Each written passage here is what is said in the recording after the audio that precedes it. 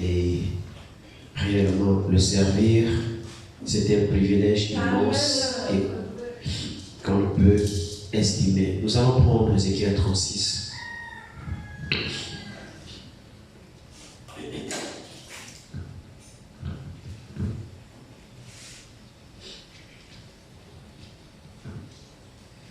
Ézéchiel 36.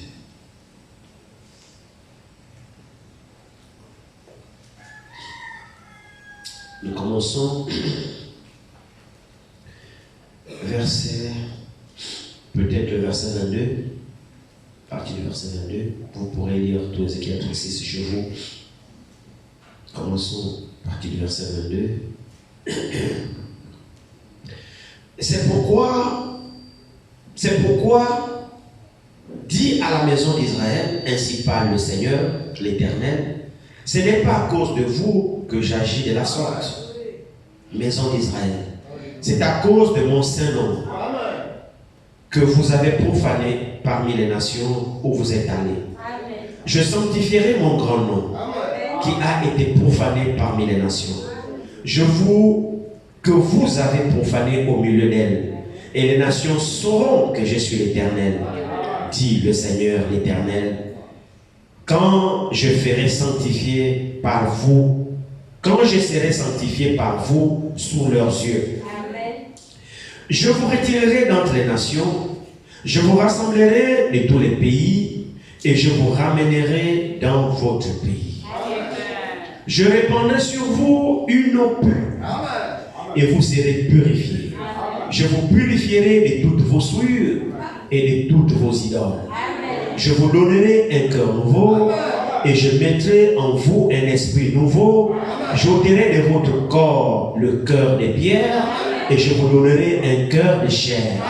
Je mettrai mon esprit en vous, et je ferai en sorte que vous viviez mes ordonnances, et que vous observiez et pratiquiez mes lois.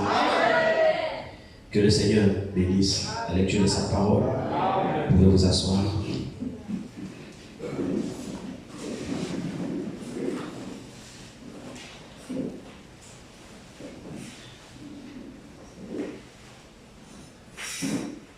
Mais je pense que le Seigneur nous aidera.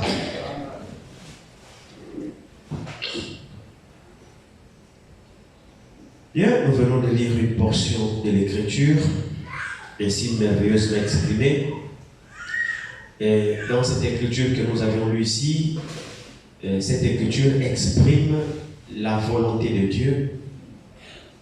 Cette Écriture exprime les desseins de Dieu. C'est que Dieu s'est résolu de pouvoir faire avec tout ce qu'il a choisi. Amen. Alors, il dit ici, ce sont ses propres résolutions, et nous savons qu'à la parole de Dieu, elle est souveraine. Lorsqu'il parle, il ne parle pas sous la contrainte de quelqu'un, mais c'est réellement son dessein à lui qu'il s'est fixé. Et le verset 24, il dit, je vous retirerai d'entre les nations, je vous rassemblerai de tous les pays, et je vous ramènerai dans votre pays. Je répandrai sur vous une eau pure, et vous serez purifiés. Je vous purifierai de toutes vos souillures et de toutes vos idoles. Amen. Nous comprenons que le Seigneur ne parle pas simplement à Israël.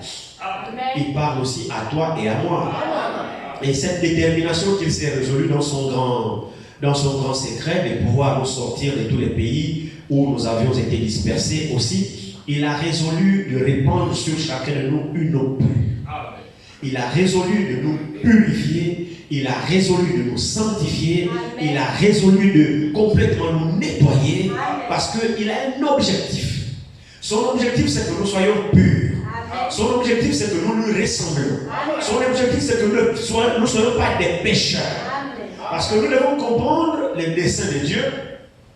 Selon qu'il est écrit, si nous retournons, nous faisons un tour en arrière dans Genèse, le livre de commencement, à la chute de l'homme, on peut faire un tour avec vous aussi. On peut répartir dès le commencement.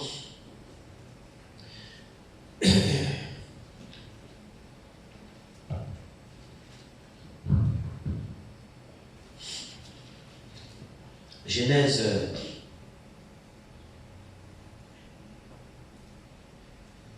Genèse 2. Genèse chapitre 2. Lisons à partir du verset 15 de Genèse 2. L'Éternel Dieu prit l'homme et le plaça dans le jardin d'Éden pour le cultiver et pour le garder. Amen. L'Éternel Dieu donna cet ordre à l'homme. Tu pourras manger de tous les arbres du jardin, mais tu ne mangeras pas de l'arbre de la connaissance du bien et du mal. Car le jour où tu en mangeras, tu mourras certainement. Amen. Amen. Nous voyons ici le commandement que Dieu a donné à l'homme, Adam. Lorsqu'il a créé, il a placé dans le jardin.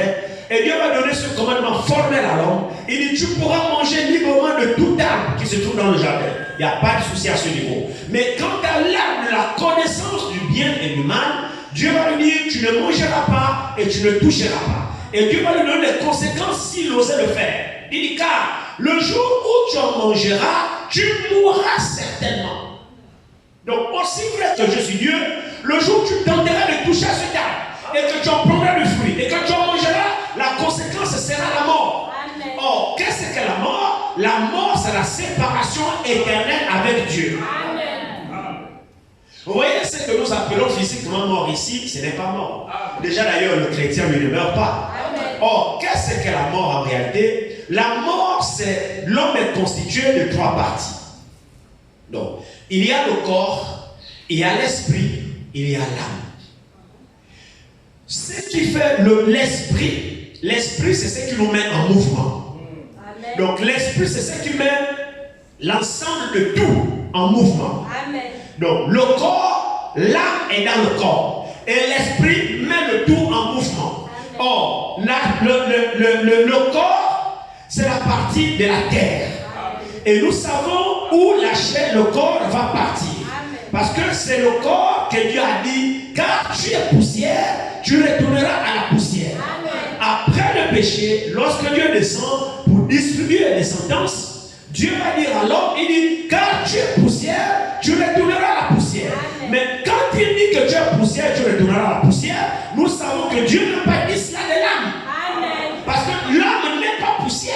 Amen. Non, l'âme n'est pas constituée de la poussière. Ce qui est constitué de la poussière, c'est le corps dans lequel nous sommes. Donc, cette enveloppe-là, c'est ça la poussière. Amen. Et la destination de la poussière, nous en savons. Amen. Dieu a dit, tu es poussière, tu retourneras à la poussière. L'âme a été mise dans la poussière. Vous suivez? Alors, l'âme n'irait pas à la poussière. Amen. La mort que nous appelons mort, Dieu récupère l'esprit qui nous met en mouvement. Amen. L'âme, on dit il a rendu l'âme. Vous voyez, l'âme est quelque part. Amen. Quand on parle sur la mort, on dit ah, il a rendu l'âme. C'est l'expression que nous utilisons, non? Amen. Il rend l'âme à qui? Amen. Amen. Il rend l'âme au propriétaire. Amen. Ah oui. Et c'est l'âme qui fait vous. C'est l'âme qui fait moi. Ce qui fait moi, c'est pas la chair là que vous entendez. Amen. Que vous voyez là. Non. La chair là, c'est pas moi. La chair là, c'est la poussière. Amen. Hein, quand je meurs, donc lorsque je rends l'âme au propriétaire, il prend son âme, il récupère son âme. Alors la poussière, là, c'est l'enveloppe. Ça va à la terre. Amen. Laissez ça la faire. Revenez dans 4 matins, c'est pourri. Amen. Parce que c'est la poussière. Amen. Maintenant, l'âme va où? Donc quand Dieu dit à Adam, quand tu mangeras, tu mourras, Dieu parlait de l'âme. Amen. Et dans la discussion, il dit, le Dieu poussière, c'est la chair. Amen. Donc la chair va à la poussière. Mais celui qui meurt, c'est l'âme. Amen. C'est merveilleux. Amen. Celui qui meurt ou celle qui meurt, c'est l'âme. Et c'est l'âme qui fait toi. C'est l'âme qui fait moi. C'est l'âme qui sera jugée. C'est pas la chair qui sera jugée. Non, la chair n'a rien à voir dans cette histoire. La chair, c'est la poussière, frère. Oh, il se trouve que c'est même cette chair-là qui crée des problèmes à l'âme. Vous savez, les habits là, c'est pas l'âme qui les porte. Les longues jupes là que vous avez, c'est pas l'âme qui les porte. L'homme n'a rien à foutre de costumes, de jupes, de pantalons. Amen. Non, non, non, non, non. La nourriture que vous mangez là, c'est pas l'âme qui la mange. Oh, si l'église peut comprendre ça. Amen. Tout ce que nous faisons avec acharnement, c'est pour la chair. Amen. La souffrance, tu mangeras sur ton front, tu vas au travail sous le soleil. Frère, laissez-moi vous informer que c'est pour le corps. C'est pour la chair. Tu construis la maison, tu achètes des voitures, tu achètes des amis, tu maries les femmes, tu fais des enfants. Tout ça là, c'est la chair. L'âme n'a rien à voir avec tout ça. Vous le croyez?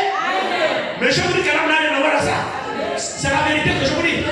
C'est pas l'âme qui habite dans ta maison que tu construis. C'est pas l'âme qui roule dans les voitures. C'est pas l'âme qui porte les habits. C'est pas l'âme qui boit le vin. C'est pas l'âme qui commande une dette. C'est pas l'âme qui se souille. Non, c'est pas l'âme. C'est la chair qui commet le péché. Amen.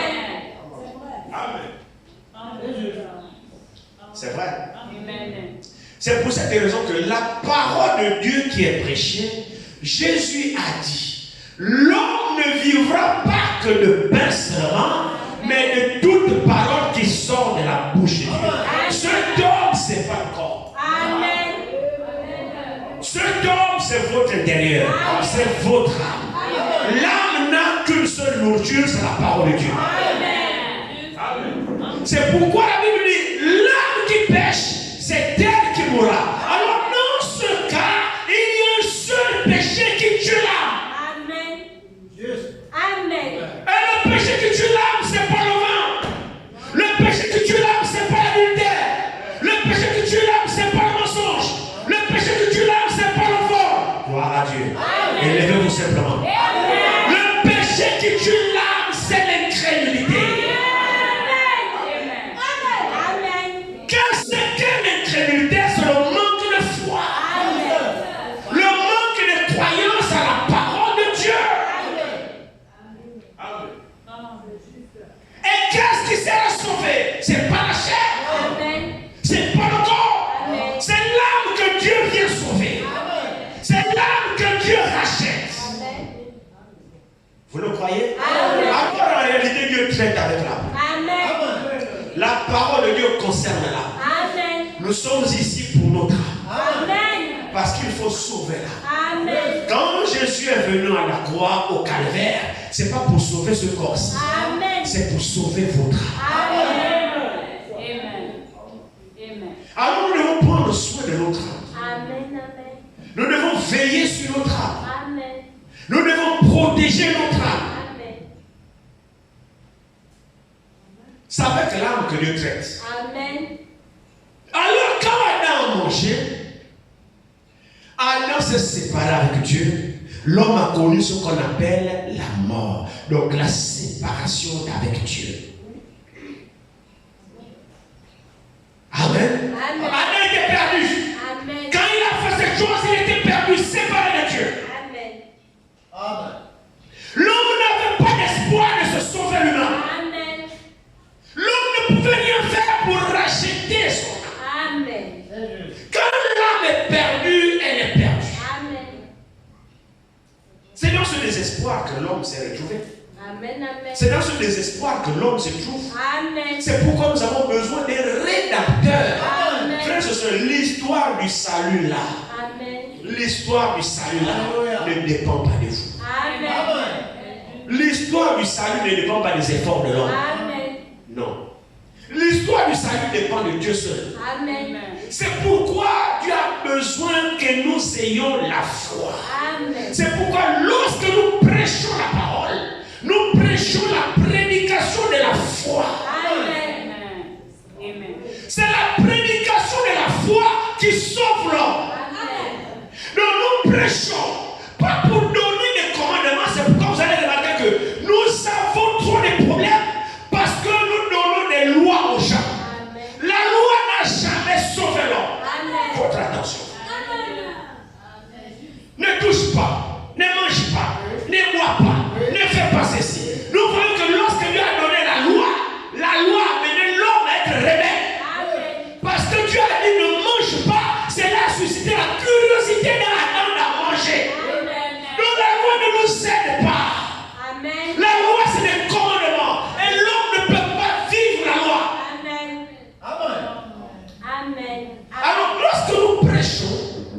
ne prêchons pas déjà le commandement.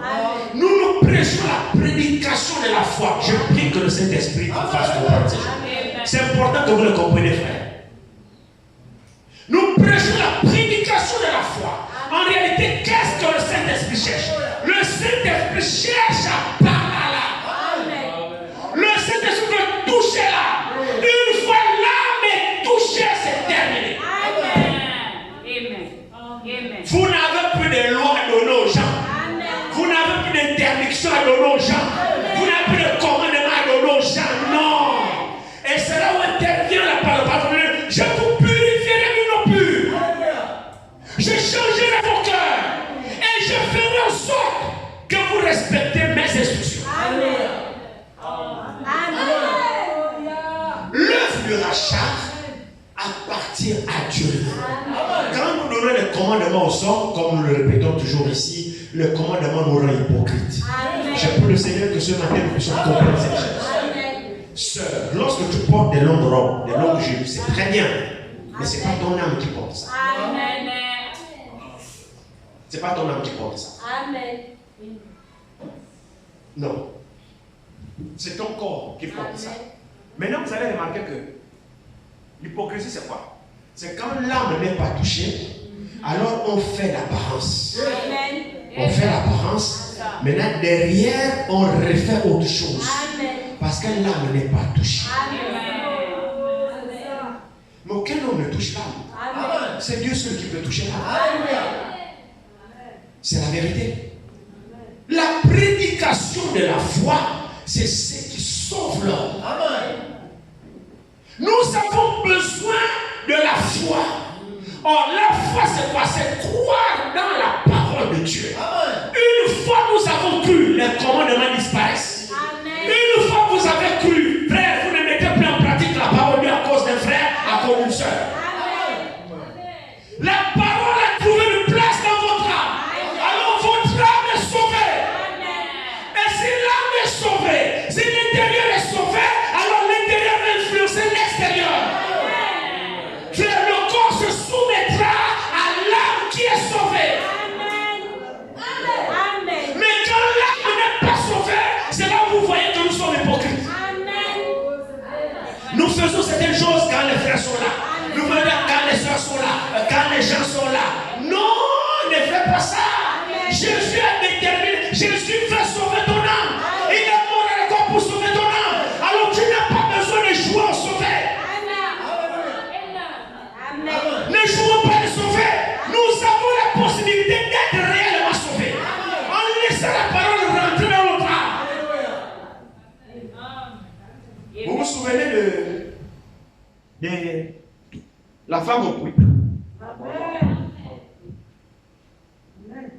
Prenons Jean 4. La femme au puits.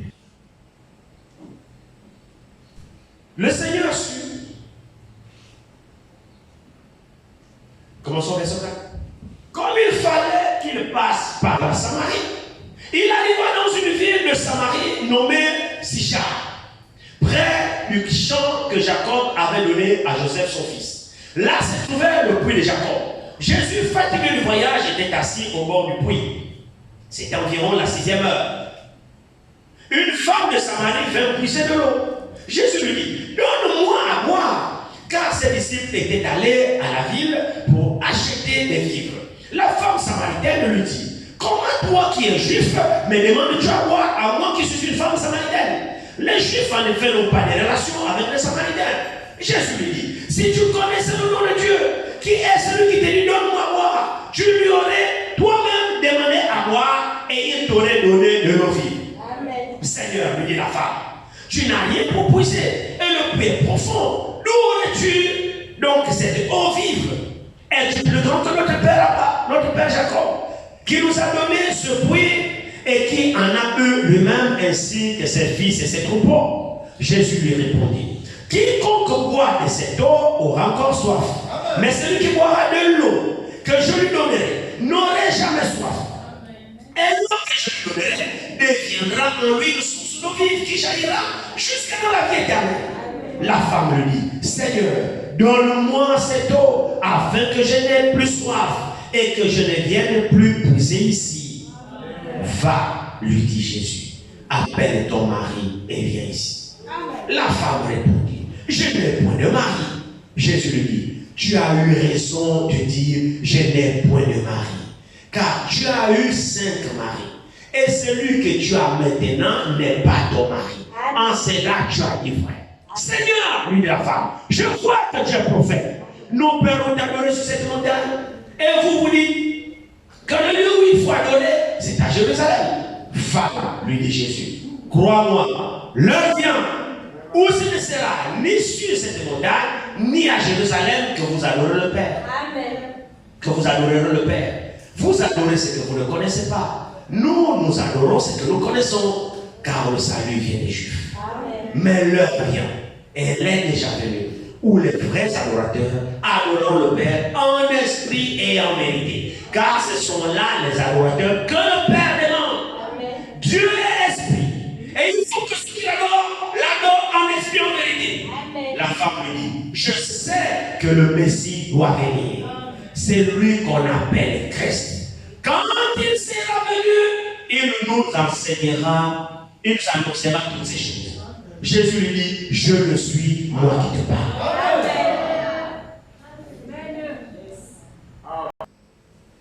Là-dessus arrivèrent ses disciples qui furent étonnés de ce qu'il parlait avec une femme. Toutefois, aucun ne dit, que demandes-tu ou de quoi parles-tu avec elle? Alors la femme, ayant laissé sa cruche, s'en alla dans la ville et dit aux gens, venez voir un homme qui m'a dit tout ce que j'ai fait. Amen. Ne serait-ce point le Messie? Amen. Ils sortirent de la ville et ils vinrent vers lui. Pendant ce temps, les disciples pressèrent de manger, disant, Rabbi, mange. Mais il leur dit, j'ai à manger une nourriture que vous ne connaissez pas. Amen. Les disciples se disaient donc les uns aux autres, quelqu'un lui a-t-il apporté à manger? Jésus leur dit, ma nourriture est de faire la volonté de celui qui m'a envoyé et d'accomplir son œuvre. Amen. Amen. Amen. Remarquez ce long passage que nous venons de lire. Cette expérience que cette femme a vécue ce jour-là. La Bible dit que cette femme était une femme de mauvaise vie. Donc une pécheresse qui vivait mal. Elle était déjà au 6e homme de sa vie. Donc ce n'est pas une vie honorable, une vie digne pour une femme. En principe, une femme est faite pour un seul homme. Amen. Amen. Amen. Normalement, une femme est faite pour un seul homme. Amen. Elle ne peut être à un autre que si son premier mari est décédé. Amen. Mais passer de somme en homme, de tel André, Thomas, Jacques, c'est une mauvaise vie. Amen. C'est une vie de souillure. Amen. C'est une vie de péché. Ce n'est pas une vie digne. Amen. La femme n'est pas un dépositoire de souillure. Amen. Non, non, non, non, non. La femme est faite pour appartenir à quelqu'un, Amen. à un homme dans ta vie, à tel homme de ta vie. Il viendra. Amen. Ne te prostitue pas à gauche, à droite, tout ça, c'est la souillure. Attends ton temps. Tu as ton homme que Dieu t'enverra. Amen. Amen. Alors cette dernière-là ici était une femme de mauvaise vie. Elle passait d'homme en homme. C'est une mauvaise vie. En plus, elle ne marchait pas avec des femmes dignes. Amen. Elle est sortie à la 6e heure. Donc à midi, aller puiser l'eau. Laisser les femmes dignes aller puiser l'eau.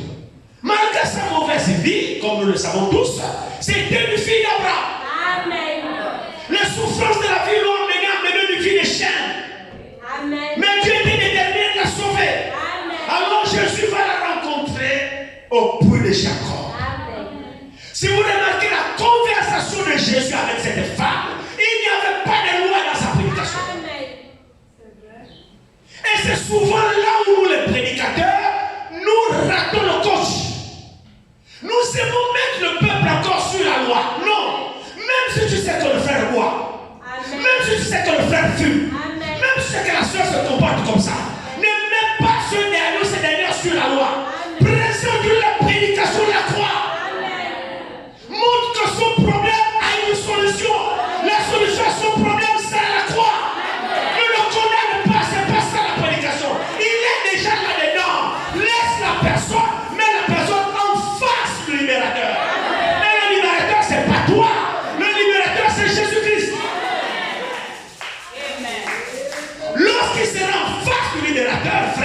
Jésus connaît son affaire.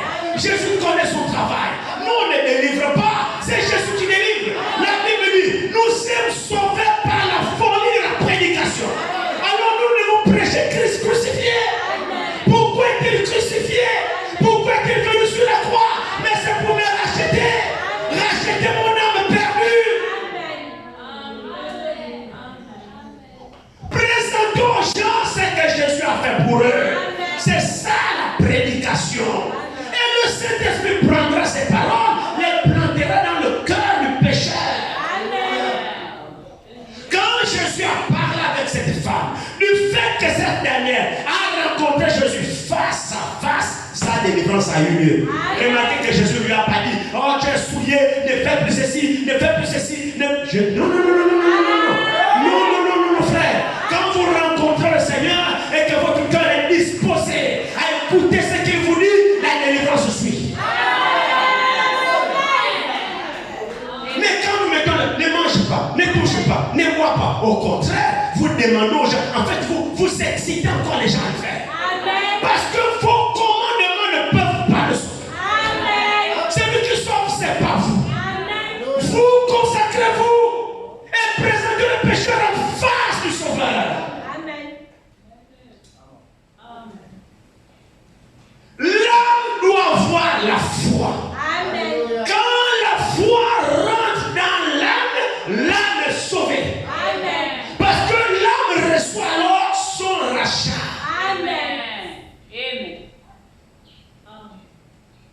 Regarde, j'ai vu que le Seigneur nous aide à comprendre ces choses. Retournez un peu rapidement dans. Regardez quelque chose ici. Prenons le psaume 49. Psaume 49.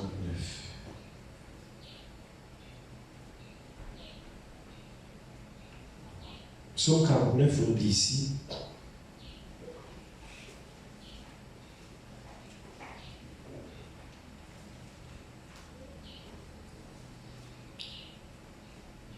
Psaume 49, verset 7 à 8. Verset 7 jusqu'au verset 9. Il dit, ils ont confiance en leur bien.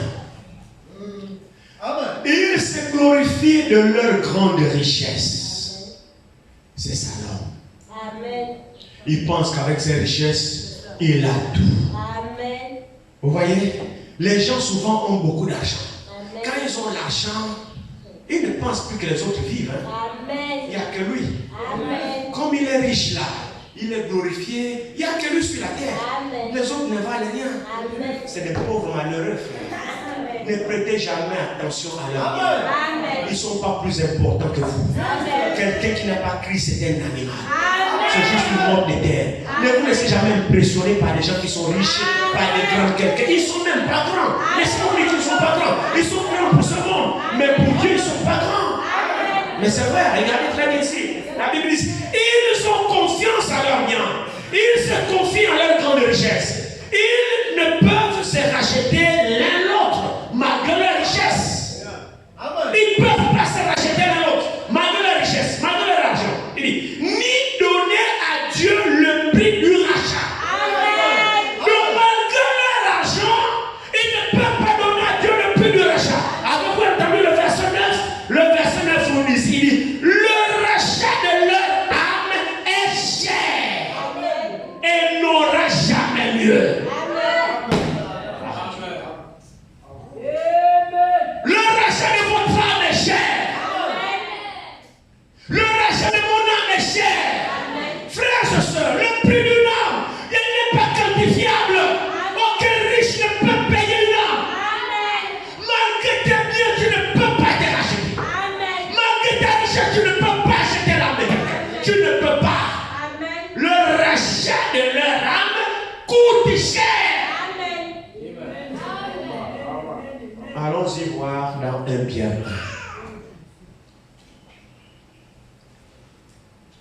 1. 1 Pierre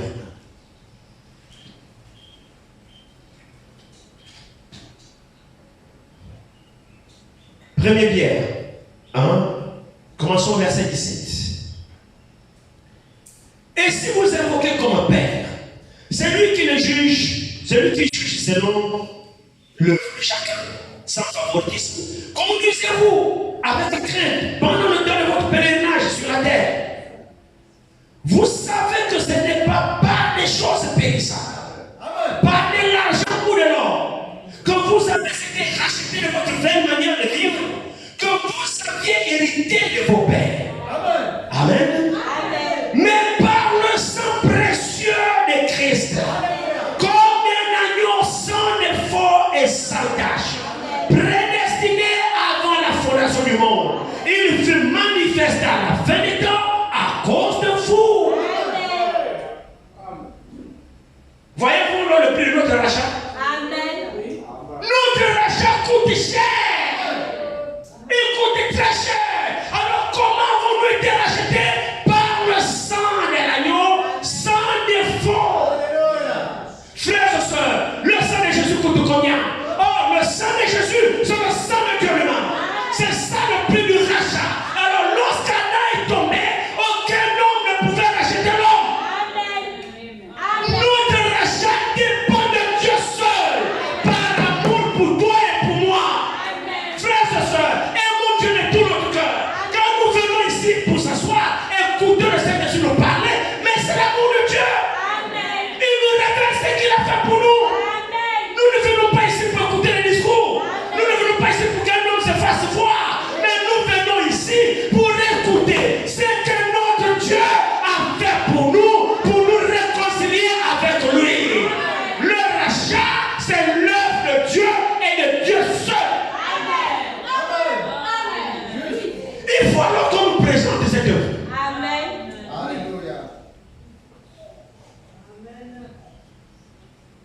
Frères et sœurs, qu'est-ce que le rachat? Qu'est-ce que la rédemption? C'est de nous ramener à la position initiale. C'est ça le rachat. Quand on vous rachète, ça veut dire qu'on vous ramène là où vous étiez avant. Oh? Donc le rachat d'Adam consistait à ramener Adam en harmonie avec Dieu. Le rachat de votre âme consiste à ramener votre âme là où vous étiez dans la pensée de Dieu en communion avec lui au commencement. C'est dans cela que consiste le rachat de votre âme. Je ne joue pas avec ces choses. Le rachat de notre âme a coûté le sang de Jésus. Vos biens ne pouvons pas, ne pourront jamais vous racheter. Ne vous confiez jamais dans vos biens. Ne vous confiez jamais dans votre force. Ne vous confiez jamais dans votre richesse. Parce que le rachat de vos âmes coûte cher. Frère Bonhomme dit, une âme vaut 10 000 mondes. 10 000 mondes. Or le monde, frère, le cosmos, tu peux le quantifier. Quand on parle du monde, tu peux le quantifier. La lune, les étoiles, le ciel, la mer, les arbres, les forêts, tout ça, tout ce qu'il y a de monde, le monde. Donc 10 000 mondes, c'est ça le prix. Amen. C'est pourquoi le psaume 49, verset 9 dit, le rachat de leur âme coûte cher. Amen. Je ne sais pas si vous le croyez. Amen. Alors pourquoi voulez-vous jouer avec votre âme? Alléluia. Pourquoi? Jésus dit non, Matthieu. Ne craignez pas les hommes. Amen. L'homme qui vous menace, il peut seulement tuer votre chair. Amen. De toutes les façons, nous mourrons. Frère, parmi nous ici, il y en a qui subiront la translation. Amen. C'est-à-dire la transmutation de notre chair. On va peut-être lire parce qu'il y a de nouveaux, peut-être qui n'ont jamais entendu parler de ça. Allons-y dans, je crois, Corinthiens 15.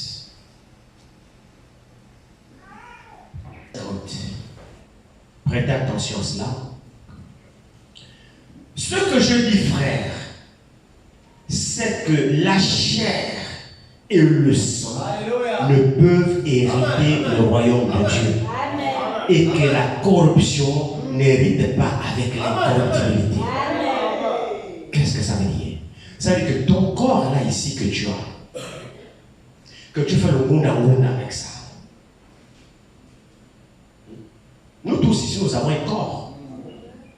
des chairs. Dans la chair que nous avons là, c'est un asticot. C'est des vers. Vous savez, parmi les fléaux qui vont s'abattre, pour ceux qui rateront l'enlèvement, parmi les fléaux, il y a celui où vous allez pourrir debout vivant. Amen. Tu es debout, là, debout, tu pourris vivant. Amen. La chair là pourrie se décompose. Tu es vivant debout. La chair se décompose là. Pour montrer que c'est les vers que tu portes. Amen. Frère Branham dit, c'est un tas de vers qui se manipulent. Quand tu bouges là, tu t'amines là. C'est un tas d'asticots et de vers qui sont en mouvement. Il n'y a rien dans le corps. Rien. Ce qui fait toi, c'est l'âme. Donc tu ne connais même pas la révélation de l'âme qui est dans ta chair. Si tu savais l'importance de l'âme que tu portes, tu devais dire à ton corps, la chair, fais doucement. Tu portes des trésors. La Bible, nous avons ce trésor dans ce corps de chair. Mais le problème, c'est que nous accordons plus l'importance au corps de chair qui enveloppe le trésor qui vaut 10 000 mondes. Amen. Amen. Amen. Nous considérons les caprices de la chair d'enveloppe qui est des esquives de chair et de j'en sais rien moi. C'est ça que nous avons considéré. Oh voilà, je suis beau, je suis une belle fille, je suis ceci. Mais Dieu t'a d'asticots et de verre. Il n'y a rien en toi. La beauté là, tu es étalée. Lorsque tu vas rendre la main, prends ça, on jette. Malgré ta beauté, personne ne va te garder dans sa maison. On va aller te jeter là-bas après. Vrai ou faux? Quand on part demain dans la caisse là, c'est pas l'âme qu'on met là-bas. Tu as déjà rendu l'âme. L'âme elle est partie. Maintenant l'âme va répondre de ce que tu l'auras fait ici sur la terre. On prêchait la parole, c'est la parole seule qui sauve ton âme. S'il vous plaît frère, nous venons ici pour le salut de nos âmes. Pas le salut de notre corps, non, le salut de nos âmes. Et là Dieu nous nourrit, Dieu nous éveille, Dieu nous parle, Dieu nous interpelle. J'ai payé le prix pour ton âme. J'ai payé le prix. Le salut n'est qu'à moi. Je veux sauver ton âme. Accepte-moi maintenant. Donne-moi ton âme. Pendant que tu y es, ouvre ton cœur. Donne-moi ton âme. Laisse ma parole rentrer là-bas. La chair dit non. La chair dit non. Dans les désirs que la chair t'entraîne. Mais la chair fait la guerre à ton âme. Les désirs de la chair font la guerre à ton âme. C'est écrit comme ça dans la Bible. Les désirs de la chair, frère, ne méprise pas quelqu'un d'autre. La chair dans laquelle tu es là, les désirs là, quand tu pars faire le boucan que tu fais là, mais tu ne fais pas de mal à quelqu'un. Tu ne fais même pas de mal à un frère. Tu n'en fais pas une soeur. Mais tu fais du mal à ton âme, à toi. En fait, tu n'aimes pas ton âme. Vous pensez quand on parle, il est trop. Il aime trop parler. Il aime trop se mêler. Frères et sœurs, que Dieu nous accorde la grâce. Qui est trop? Très franchement, qui est trop? On est trop en quoi? Parce que quand on parle, on conseille, il aime trop parler. Tu mets des choses les autres. Même si je peux nous regarder, il est trop pointu. Mais à qui est pointu en fait? Vous voyez que vous ne savez pas ce que vous faites. Vous ne savez pas ce que vous faites. Vous ne faites pas du mal à quelqu'un. Vous faites du mal à vous-même. Vous-même, vous vous détruisez vous-même. Or, quand nous venons ici, Jésus parle à notre âme. Amen. Lorsqu'elle rentre dans ton âme, mon frère, ma soeur, vous savez, nous avons lu ça vendredi. Dans le vendredi, quand nous avons lu Matthieu 23, je pense, non? Matthieu 23, la malédiction que le Seigneur a qualifié les scribes et les pharisiens. Vous vous souvenez, non? Hypocrite, les scribes et les pharisiens, hypocrite, nettoie d'abord l'intérieur, de même vous paraissez quoi à l'extérieur, à l'intérieur. L'intérieur là que Jésus parlait pas. Vous pensez que Jésus parlait de quoi? Mais Jésus parlait de leur âme qui n'était pas sauvée. Mais devant les hommes, ils voulaient bosser l'extérieur pour montrer que ce sont des serviteurs de Dieu. Ils connaissent Dieu, ils connaissent la parole. Quand Jésus réprimandait, mais c'est parce que Jésus voyait que leur âme était perdue. Alléluia.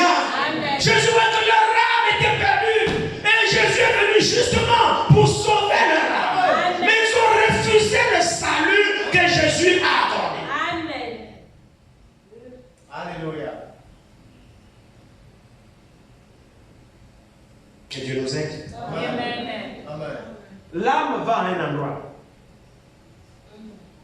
Quand nous mourons, il y a deux endroits où l'âme part. Il y a deux endroits. Tous les funérailles qu'on fait.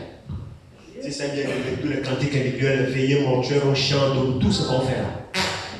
L'âme n'est pas là. Quand nous mourons, il y a deux endroits. L'âme va soit. Il y a deux endroits. L'âme va soit à la 6e dimension. Amen.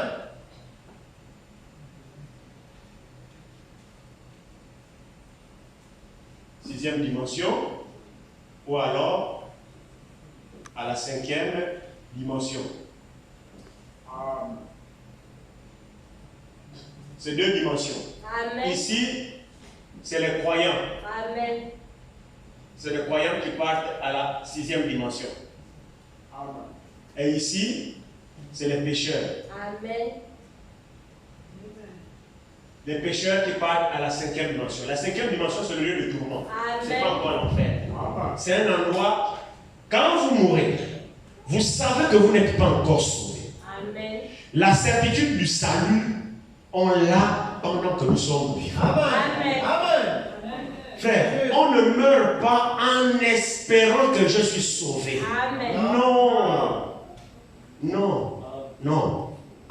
On ne meurt pas. Bon, je pense que. Sinon, je ne crois pas que je suis sauvé. Hein. Bon, je peux dire, bon, je pense que je suis sauvé. Non. Il y a un doute en toi.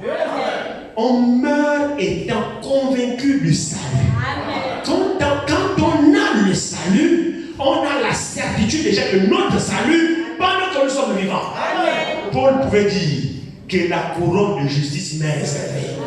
C'est pendant son vivant qu'il parlait comme ça. Il dit non pas seulement à moi seul, mais à tous ceux qui auront aimé son avènement. Donc le salut, nous avons la certitude que nous sommes sauvés pendant que nous sommes vivants. Parce que Romain dit que le Saint-Esprit, l'Esprit de Dieu rend témoignage à notre esprit que nous sommes enfants de Dieu. Donc nous rendons Dieu nous rend témoignage de notre salut pendant notre vivant. Pendant que tu vis, tu as besoin de confirmer que tu as reçu ton salut. Amen. Que tu es sauvé. Amen. Alors tu peux attendre la mort sereinement. Alléluia. Amen. Souvent, les gens parlent un peu de Frère Franck. Frère Franck a fait une déclaration depuis longtemps, depuis des années. Quand les gens discutaient sur l'enlèvement, ah, nous sommes déjà enlevants. Frère Franck a dit, aussi longtemps que vous me voyez sur la terre, c'est que l'enlèvement n'a pas encore eu. Amen. Frère Franck a dit ça. Et je me souviens avoir déclaré au Congo qu'il n'y a pas que Franck qui va dire ça. Amen. Non, je suis désolé. Il n'y a Amen. pas que Franck qui va dire ça. Franck a dit aussi longtemps que vous me voyez vivant sur la terre ici.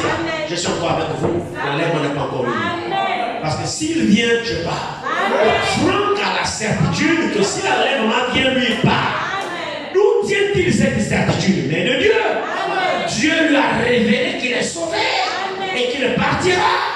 Donc il vit avec cette certitude de son salut dans son cœur. Et Romain, pardon,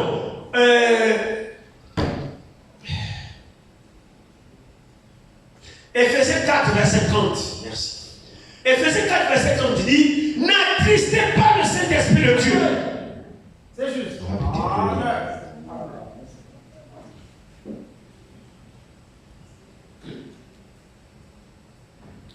Éphésiens 4, verset 30. N'attristez pas le Saint-Esprit de Dieu, par lequel vous avez été scellés pour le jour de la rédemption. Amen. Il n'y a pas beaucoup d'amen, c'est comme ça. On ne comprend pas ce que ça veut dire. Ça veut dire que le Saint-Esprit, quand vous l'avez, c'est jusqu'au jour du départ. Amen. Dieu ne peut pas vous donner son esprit et puis le récupère dans 3 mois si tu l'énerves. Amen. Non. Amen. Et frère Branham me dit, Dieu vous a donné son Saint-Esprit, c'est parce qu'il a eu confiance en vous que vous ne pécherez pas volontairement. C'est une question de confiance. Et le messager dit encore, il dit, aussi longtemps que votre foi ne lui est pas agréable, il ne vous donne pas son Saint-Esprit. Mais quand il vous le donne, c'est que votre foi l'a touché, il est convaincu de votre foi. Vous lui avez convaincu que vous l'aimez. Vous lui avez prouvé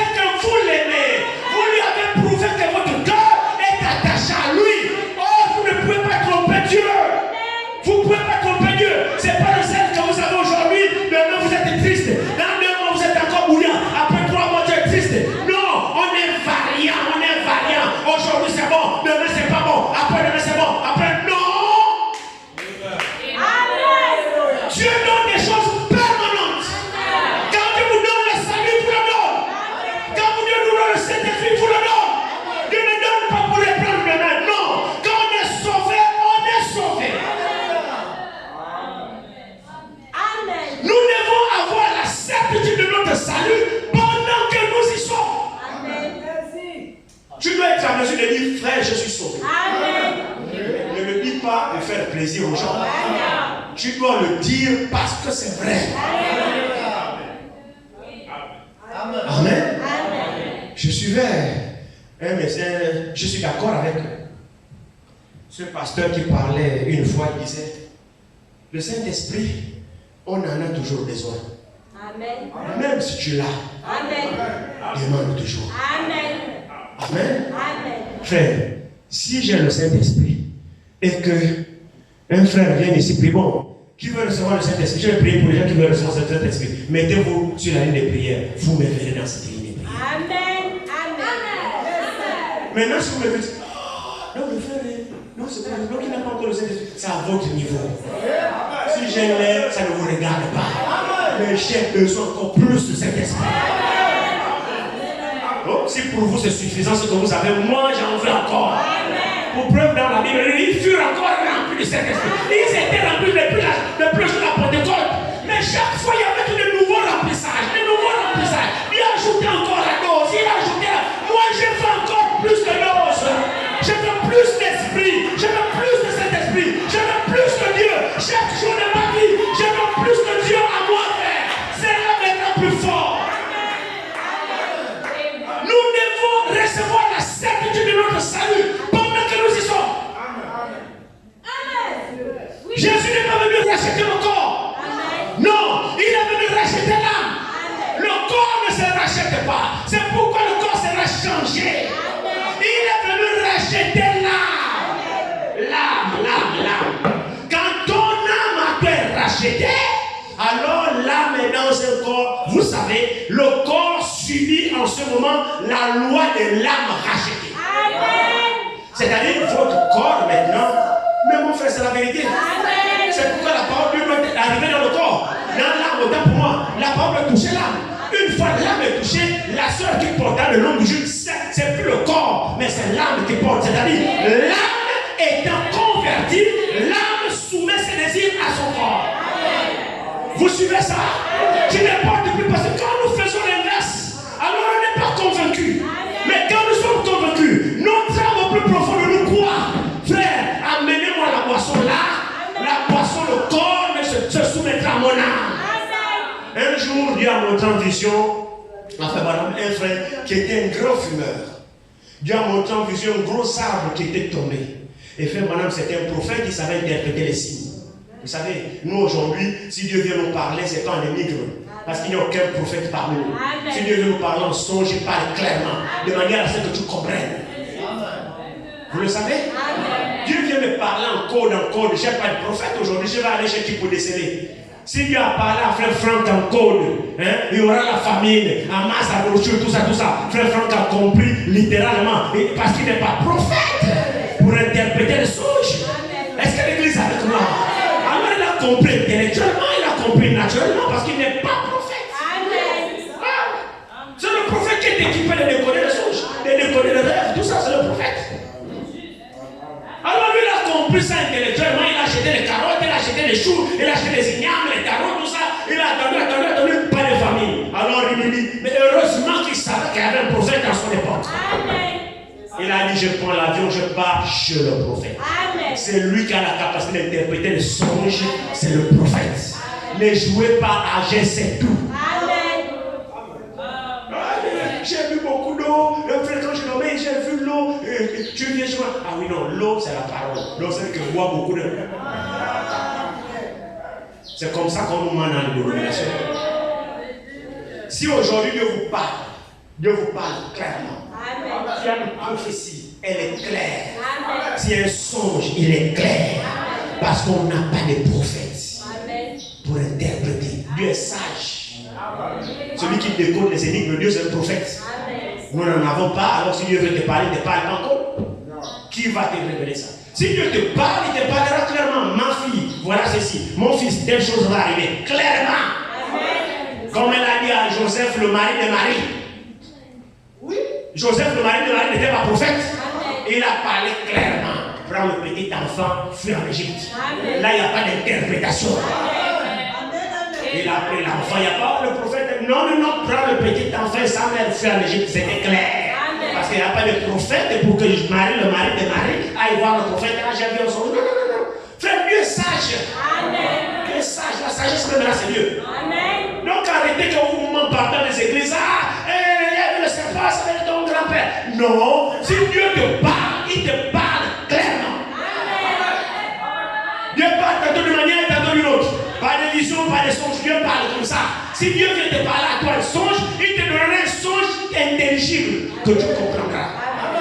Ne venez pas me voir. Moi, je suis pas un interpréteur, je ne sais pas si c'est ce que j'ai dit. De songe. Je ne suis pas un interprète de songe. Je ne suis pas prophète. Amen. Oh, je ne suis pas prophète. Moi, je n'ai pas de dons, je n'ai pas de vision, je ne connais pas ça. Mais ce que Dieu m'a donné, modestement, je reconnais. Il m'a accordé la parole. Amen. Non, mais les songes, les visions, là, non, non. Amen. Et Dieu ne vous parlera pas en code. Amen. C'est faux. Juste. Oh. Vous devez être enseigné. C'est comme ça que les églises vous mentent. Amen. J'ai vu là, j'ai mangé le poisson, et puis le poisson s'est transformé en oiseau. Allons voir l'homme de Dieu, va voir l'homme de Dieu. Et le menteur en question, d'abord le poisson s'est transformé en oiseau. On va savoir que tu vas t'envoler. Donc il te ment. Il te ment comme ça. Et tu as dit, oui, l'homme de Dieu a dit que Dieu va m'envoler. Vous vous rendez compte? Nous avons besoin de la vérité. Amen. Et vous connaîtrez la vérité, et la vérité vous affranchira. Amen. Amen. Sortez de ces endroits-là. Nous sommes là pour notre âme. Amen. Notre âme coûte cher. C'est pourquoi ne permettez pas quelqu'un de jouer avec votre âme. Amen. Votre âme coûte cher. Ne vendez pas votre âme à n'importe qui. Amen. Vous qui partez écouter n'importe quoi. Vous savez, le messager a donné l'exemple du pigeon. Vous connaissez le pigeon, non? Le pigeon, moi je ne sais pas, mais c'est lui qui le dit. Le pigeon, c'est un oiseau qui a de l'huile à l'intérieur. Le pigeon ne le lave pas. Non. Ne le lave pas. Les plumes jaillissent, ça se nettoie. Il a de l'huile qui sort de lui et ça nettoie cette plume. Il est toujours propre. Pourquoi? Parce que ce qu'il mange, c'est ce qu'il produit de l'huile. Alors vous, quand vous partez manger cette poubelle dans le fumier dénominationnel, ça va vous apporter quoi? Des ascaris spirituels. Vous êtes là. Votre âme n'est pas sauvée. C'est pourquoi plusieurs parmi nous, on a des malformations, vous en comme ça. Mais Dieu mal alimenté. Dieu nourrit dans la poubelle. Amen. Savez-vous que les dénominations, c'est la poubelle spirituelle? Amen. Bon, je suis peut-être pur, mais c'est la vérité. Amen. La dénomination, c'est la poubelle spirituelle. Amen. Vous mangez la nourriture variée. Amen. C'est comme à Sauvon. Amen. Les poubelles que vous jetez là, on parle de fou. C'est ça la nourriture dénominationnelle. C'est ne suis pas parce qu'il dit Jésus, Jésus. Non! C'est pas parce qu'il dit Jésus que c'est forcément Jésus. Non! Vous mangez la nourriture variée qui ne pourra pas sauver votre âme. Amen. Là-bas, vous avez les femmes qui prêchent. Vous avez les femmes en pantalon. Vous avez tout ceci. Mais qu'est-ce que vous voulez? Mais c'est la nature, la qualité de la nourriture dont ils reçoivent. Amen. Maintenant, si nous recevons la nourriture spirituelle, Alléluia. si nous ici, nous recevons la nourriture spirituelle, mais la nourriture spirituelle, si nous la recevons, elle a la capacité de spiritualiser notre âme. Et si notre âme est spiritualisée par la nourriture spirituelle, alors notre corps sera spiritualisé. Nous devenons spirituels par la nature de la parole que nous recevons. C'est pourquoi il est important que notre âme soit sauvée. Il faut que la parole aille dans l'âme. C'est l'âme qui est réconciliée avec Dieu. C'est l'âme qui est rachetée. Ce n'est pas la chair. La chair va à la poussière. Nous prenons trop soin de la chair. C'est vrai, non? Amen.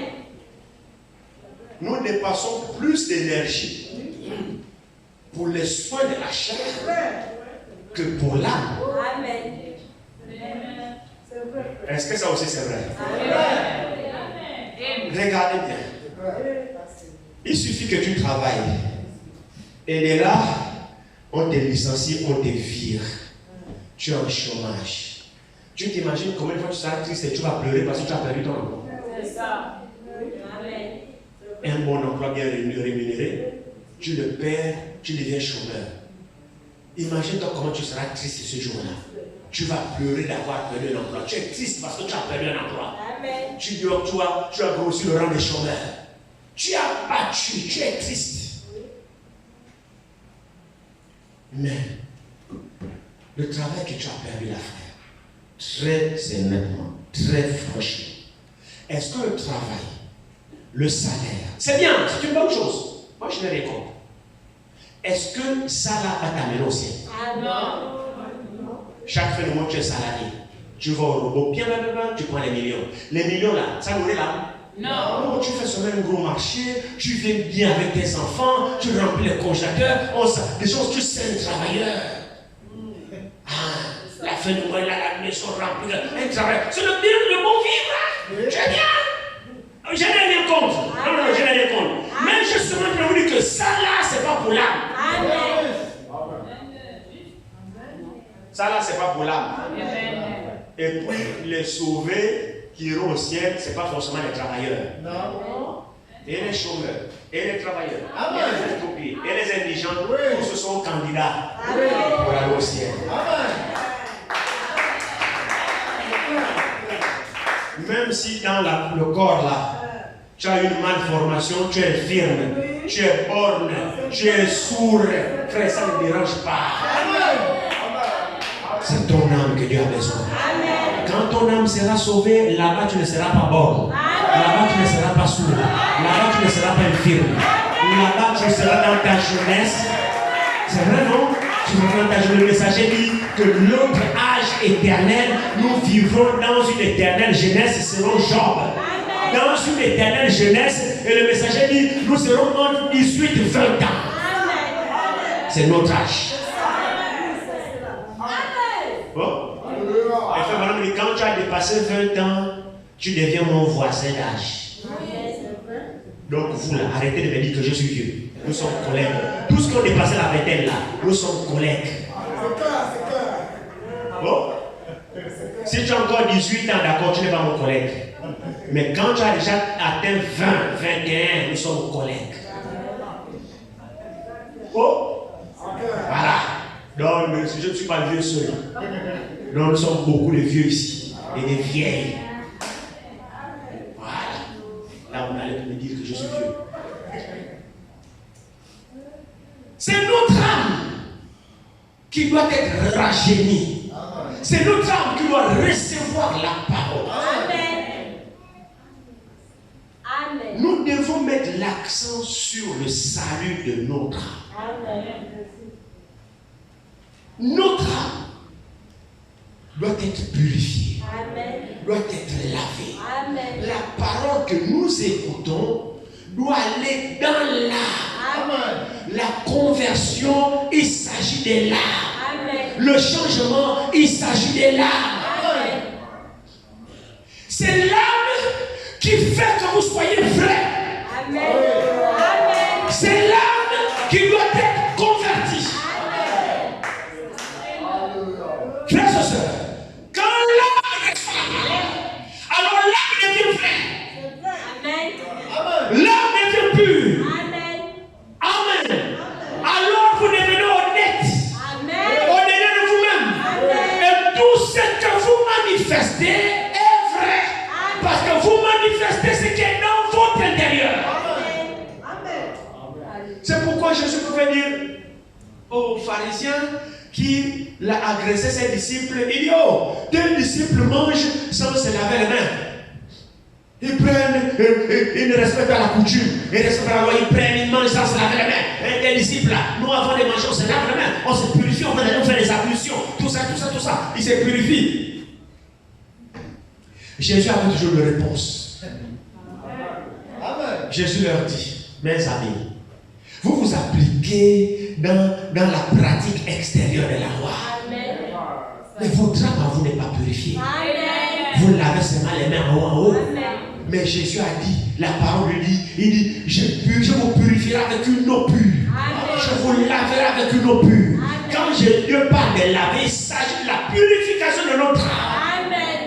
Et l'eau pure, là, c'est la parole sans mélange. Amen. Que l'âme doit recevoir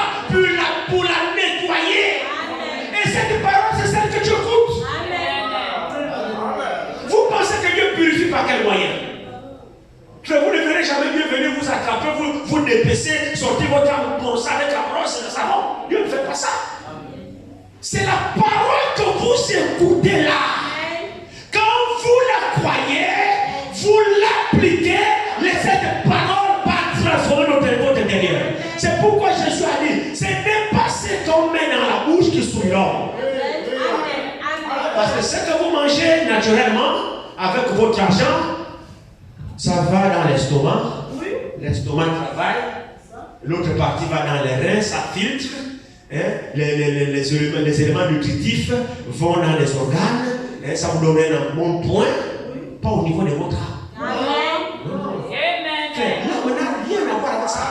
Les vitamines B12, les vitamines C, les vitamines quoi, le vitamine que vous avez là.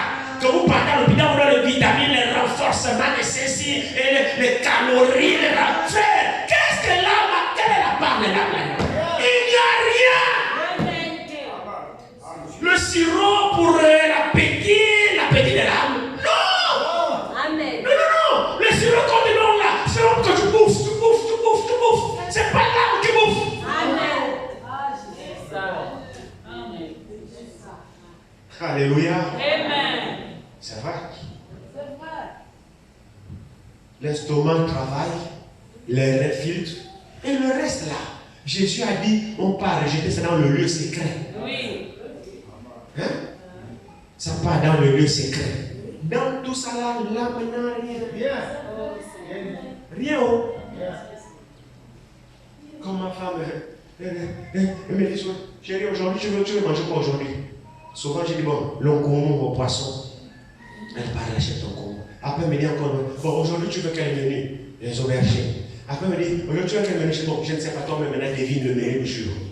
Mais les menus que ma femme change là, c'est pas mon âme qui mange ça. Amen. Non. C'est pas mon âme qui mange ça. Mon âme ne se nourrit que de la parole de Dieu. C'est pourquoi le péché, c'est l'incrédulité. Parce que lorsque la parole de Dieu sort, elle a besoin d'aller seulement dans l'âme. C'est là-bas où la parole va se loger, pas dans nos têtes. Alors le péché, c'est le fait de ne pas recevoir, de ne pas croire à la parole. Et quand vous ne croyez pas, alors votre âme meurt. C'est pourquoi l'âme qui pêche, c'est elle qui mourra. Or, le péché, c'est l'incrédulité à la parole de Dieu. Amen. Si tu veux que ton âme vive, alors crois. Amen. Alléluia. C'est la parole de Dieu, le médicament de l'âme. Amen. C'est la parole de Dieu, la nourriture de l'âme. Amen. Si vous voyez quelqu'un, allez boire, allez fumer, commettre adultère, mentir, faire toutes ces choses-là, c'est un signe que c'est un divorcé avec Dieu. C'est un signe que c'est quelqu'un qui n'est pas réconcilié avec Dieu. C'est un signe de la mort de son âme. Son âme ne vit pas encore. Son âme n'a pas reçu la guérison. Son âme n'a pas reçu la vie. C'est pourquoi le corps ne manifeste que la vie qui est dans l'âme. Amen. Oui. Mais quand l'âme est sur la parole, vous voyez comment quelqu'un commence à s'abstenir des désirs de la chair. Quand la chair demande, l'âme dit non. Amen. Quand la chair va aller là-bas, l'âme dit non. Ça veut dire que c'est une âme qui a déjà reçu la sémence. Même si l'âme n'a pas encore grandi, la vie de Dieu commence à germer dans l'âme de ce dernier. Alors il commence à lutter, à soumettre sa chair. La chair demande, l'âme dit non. Ah, moins un peu, l'âme dit non. Moins un peu, l'âme dit non. Votre la petite là, l'âme dit non. Oh, voici le signe de vie. Il commence à recevoir la lumière. La lumière de la vie éternelle commence à combattre les désirs de la chair qui veulent faire la guerre à son âme. C'est ainsi que voici l'homme qui reçoit la vie. Voici une âme qui est réconciliée avec Dieu. Frère, ça ne se trompe pas. C'est pourquoi, frère, mon ami, nous devons vivre la parole. Et Jacques dit, ne vous bornez pas seulement à écouter, mais mettez en pratique la parole que vous écoutez. Mais on ne peut la mettre en pratique, c'est si elle va dans l'âme. Amen. Mais si on la loge au niveau de la tête. Amen. Amen. Amen. La vie de Dieu, nous la recevons dans l'homme intérieur. L'homme Somme 50, il dit,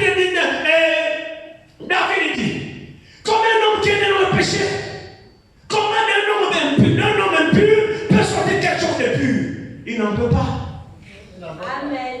Il n'en peut pas. Amen. Mais tu veux que la vérité, Amen.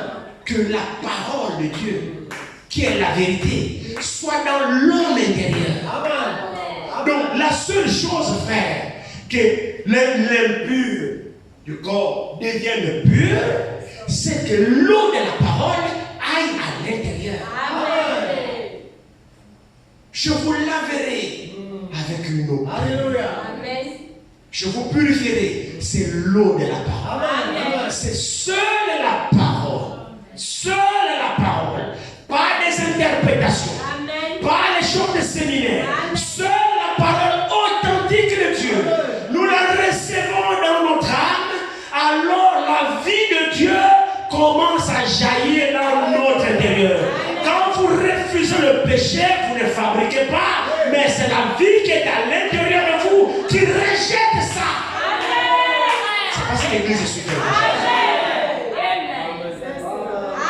Quand c'est pas ça, vous êtes hypocrite. Amen. Quand ça ne vient pas de l'intérieur, vous fabriquez. Amen. Et Dieu sait que vous fabriquez. Et c'est pourquoi le prophète dit ceci. Il dit, mais pourquoi fabriquer alors que le ciel entier est rempli de choses authentiques? Amen.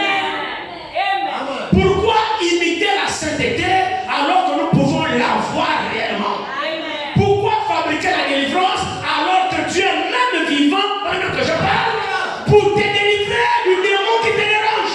Amen. Amen. Notre âme a coûté la vie de Dieu au calvaire. Amen. Je vais terminer. Dieu nous aime, frère. Amen. L'amour de Dieu n'est pas quantifiable. Amen. L'amour de Dieu est inconditionnel. Amen. Amen. La façon que Dieu nous aime, je vous assure, même ton père Amen. ne peut pas t'aimer comme ça. Et Amen. pourtant tu sors de lui. Amen. Je vous le dis, c'est la vérité. Pour la simple raison que l'amour que le mari envers sa femme, c'est l'amour philo. L'amour que la femme envers son mari, c'est l'amour philo. Et vous passez toute votre journée, mais je t'aime, je t'aime, je t'aime. À longueur de journée, je t'aime, je t'aime, je t'aime. Mais c'est faux, je t'aime. Remarquez que ceux qui se disent je t'aime aujourd'hui, demain ils vont divorcer. Mais c'est sûr et certain. Mais quand Dieu t'aime, frère, quand Dieu t'aime, c'est inconditionnel. Et l'amour de Dieu, mon frère, c'est sans condition. Il t'aime d'un amour à tel enseigne qu'il a donné sa vie. C'est pourquoi il dit pour le rachat de l'âme. Pour le rachat de l'âme, ça ne dépend pas de vous. Il coûte tellement cher. Et devant l'incapacité de l'homme de se racheter, Dieu lui-même qui a créé l'homme est venu racheter l'homme. Donc le rachat de l'âme a coûté la vie de Dieu. Amen. Amen. Il y a certaines choses que vous réalisez que vous avez du mal à transmettre. Frère, nous n'aimons pas Dieu encore. Amen. Je dis Amen. C'est vrai. Je dis Amen. Nous n'aimons pas encore Dieu. Amen. C'est vrai. Amen.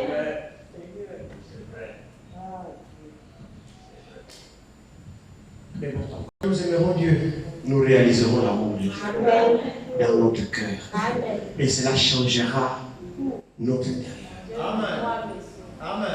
Nos relations avec Dieu sont les relations d'amour. Amen. Amen. Remarquez que Dieu n'était pas obligé de venir nous sauver. Amen. C'est parce qu'il nous a aimés. Amen. Parce qu'il nous a aimés. Si nous aussi nous aimons Dieu, frère, vous savez, lorsque nous nous rendons compte que nous avons péché contre lui, nous avons brisé sa parole, parce qu'il dit dans le livre de Jean que celui qui m'aime, c'est celui qui garde tous mes commandements. Donc le signe que nous aimons Dieu, c'est que nous aimons, nous gardons ses commandements. Amen. Et là, ces commandements ne sont plus difficiles Amen. parce que nous l'aimons. Amen. Mais nous trouvons les commandements difficiles parce que nous ne l'aimons pas. Amen. C'est pourquoi nous trouvons que nous sanctifier, c'est difficile. Nous abstenir de faire le péché, c'est difficile. Vous savez, je vais vous dire qui nous aimons. Nous aimons la chair plus que Dieu. Amen. Nous aimons la chair plus que Dieu. en juger par notre sacrifice énorme pour ce qui est de la chair. Amen. Regardez là, il est déjà midi et quelques. Dès qu'on va arriver à 13h ici, combien me critiquent ici que je suis long? Combien me critiquent ici qu'il parle trop? Je sais. Encore pire les jours ordinaires. Amen. Parce qu'on veut fuir 21h. Amen. Ah, les gens qui habitent loin. Si vous lisez Acte 20, c'est pour gagner du temps. Vous lisez Acte 20. Je me rends compte que je ne suis pas le seul qui prêche alors longtemps. Amen. Paul a prêché longtemps, toute la nuit, jusqu'à minuit. Amen. Au cours où quelqu'un tombait de la fenêtre, il est mort. Amen. À cause de la longueur de la prédication de Paul. Amen. Vous savez que c'est vrai, non? Amen. Vrai ou faux? Amen. Avez-vous déjà lu ça? Oui, monsieur. Amen. Quand vous faites comme ça, là, c'est ça qui me pousse à vous retarder. Je vais lire, et puis je vais lire. Parce que j'aime quand vous êtes connectés, au moins ça m'évite. Au verset 7 de Acte 20. Le premier jour de la semaine, nous étions réunis pour rompre le pain. Paul qui devait partir le lendemain, s'entretenait avec les disciples.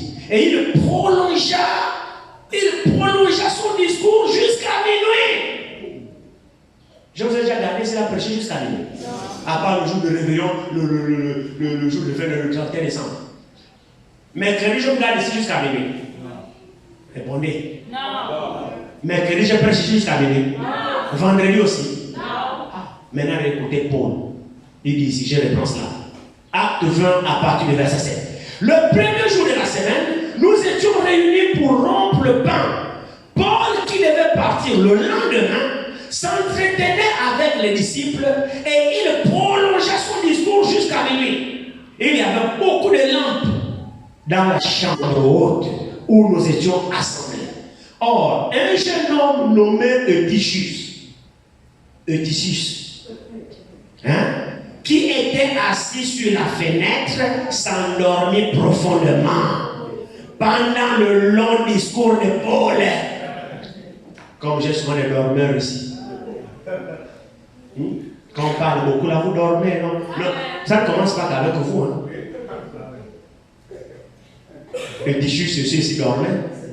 Paul parlait beaucoup. Donc je ne suis pas seul, non? Vous ne me répondez pas. Or, un jeune homme nommé Eutychus, qui était assis à la fenêtre, s'endormit profondément et ronflait même. Pendant le long discours de Paul, entraîné par le sommeil, il tomba du siège. Il tomba du 3e étage en bas. Donc la chambre était au 3e étage. Le frère était assis sur la fenêtre, il suivait la prédication. À un moment donné, c'était tellement long, Paul parlait. Sommeil, ils sont venus d'abord petit à petit. C'est comme ça que ça commence à caler. Il s'est lancé dans le sommeil. Il ronflait. Il a parachuté du 3e étage, tout au sol. Il dit ici, il tomba du 3e étage en bas. Et quand on voulut le relever, il était mort. Hein? Bon, maintenant je ne dis pas ça pour soutenir le long discours. Hein. C'est juste pour vous dire que je ne suis pas le seul. Frère Branham prêche aussi des longs messages de 4 heures de temps. Oh? C'est vrai. Le plus important, c'est de suivre le message. D'être connecté à l'esprit. Parce que l'esprit a beaucoup à nous dire pour notre âme. Vous le croyez? Disposez-vous toujours à recevoir la parole pour notre âme. Les sacrifices que nous faisons pour la chair sont plus que ce qu'on en fait pour notre âme. Oh, et pourtant notre chair n'ira nulle part. C'est notre âme qui doit être sauvée. C'est notre âme que nous devons chérir, que nous devons nourrir. Le salut de notre âme a coûté la vie de Jésus. Il nous a démontré par son amour qu'il nous aime. Et voyant que nous sommes perdus, il est venu nous racheter. Et aujourd'hui, Nous sommes en train de dispenser ce salut gratuitement. Amen. À quiconque veut être sauvé. Amen. Ce salut est distribué gratuitement. En écoutant la parole de Dieu, or, quand nous écoutons la parole de Dieu, lorsque nous la recevons, mais c'est même la vie de Dieu que nous recevons. Lorsque nous la rejetons, mais c'est la vie de Dieu que nous rejetons. Notre âme. Quelle est la destinée de ton âme? Quand tu vas mourir, tu iras où? C'est maintenant que nous choisissons notre destination. Celui qui joue les hypocrites, il choisit sa destination. Mais celui qui veut être sauvé, c'est maintenant. C'est maintenant. D'accepter la parole de vie. Gratuitement donnée. Vendredi, nous avons lu dans Apocalypse chapitre 3 où le Seigneur dit que c'est lui qui veut qu'il vienne acheter le collier, qu'il puisse oindre ses yeux afin qu'il puisse voir. Mais acheter là, Esaïe dit, c'est acheter mais sans argent, sans rien payer. Donc vous n'achetez pas le salut, vous n'avez pas d'argent pour acheter le salut. Mais la Bible utilise quand même, venez acheter sans argent, sans rien payer. Mais vous venez quand même acheter. Mais l'achat là, c'est pas moyennant votre argent. Parce que la vie éternelle ne s'achète pas avec de l'argent. La vie éternelle ne s'acquiert pas avec vos biens. Elle est gratuite, mais au moyen de la foi. Vous devez alors accepter et recevoir la parole. Et la parole, lorsque nous la recevons, elle transforme notre âme. Alors notre âme est sauvée. Quand notre âme est sauvée, alors notre corps reçoit le salut de notre âme. Et tout notre être entier se conforme au salut de notre âme. Nous aimerons comme Dieu. Nous penserons comme Dieu. Nous pardonnerons comme Dieu. C'est la vérité. Le salut, c'est la vie de Dieu. Une âme sauvée, c'est une âme qui a été rachetée. Une âme sauvée, c'est une âme qui a reçu le salut dans son cœur. C'est-à-dire, il est passé de la mort à la vie de Dieu. Et cette vie se manifeste dans son être tout entier. Vous manifestez la vie de Dieu en vous. La vie de Dieu n'est pas une vie en cachette. La vie de Dieu, c'est même la lumière. Quand vous la recevez, elle ne se cache pas. Parce que tout votre corps, vos actions, vos paroles témoignent de votre transformation. C'est la vérité. Tout votre être entier est sauvé. Et votre vie témoigne du salut que vous avez. Toutes vos actions démontrent de la transformation qui a eu lieu dans votre cœur. Vous aimerez comme Dieu vous a aimé. Vous aimerez les autres comme Dieu vous a aimé. C'est la vérité, mon frère, ma soeur. C'est la vérité. Testons ce qu'il y a dans nos cœurs. Vous savez, le salut que nous avons, c'est la propre vie de Dieu. Si nous sommes sauvés, la vie de Dieu se manifeste en nous. Et nous nous comporterons comme Dieu. Nous parlerons comme Dieu. Nous prierons comme Dieu. Nous aimerons comme Dieu. Je suis content que Dieu a fait les choses d'une manière parfaite. Vous ne pouvez pas tromper votre cœur. Vous savez ce qui est dans votre cœur. Vous savez.